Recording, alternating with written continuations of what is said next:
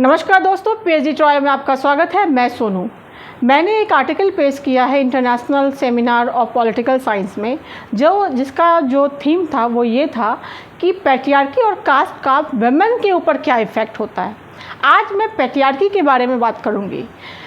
ये पैट्रियार्की का ही देन है कि हमने अपने बेटे और बेटियों में फ़र्क कर रखा है। हमने अपनी बेटियों के माइंड में ये बात बैठा रखी है कि आप एक एज अ प्रॉपर्टी ट्रांसफ़र होंगी। बेटियां पराया धन होती हैं, वो दूसरे घर जाने वाली होती हैं। ये पैट्रियार्की का ही तो आइडियोलॉजी है। आखिर क्यों हमने अपनी बेटियों को ये बात बता रखा है कि आपको किसी और के घर जाना है।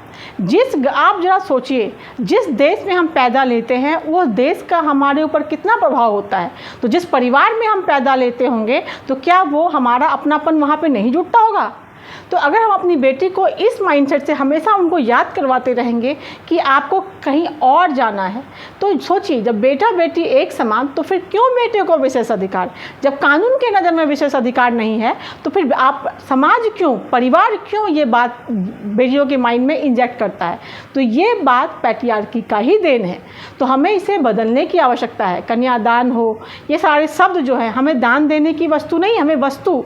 जब तक आप अपनी बेटियों को वस्तु या प्रॉपर्टी समझेंगे तब तक आपकी बेटियां दूसरे घर जाकर भी उतना ही उत्पाद मचाएगी। अपनी बेटियों को अपने घर का समझिए, तब वो दूसरे घर को भी अपना घर समझेगी। आप अपनी बेटियों को अगर किराएदार बनाएंगे तो वो दूसरे के घर पे जाकर भी किराएदार ही बनी रहेंगी। अगर आपको अब इस पे कुछ कहना हो तो प्लीज़ आप कमेंट सेक्शन में विचार रखें।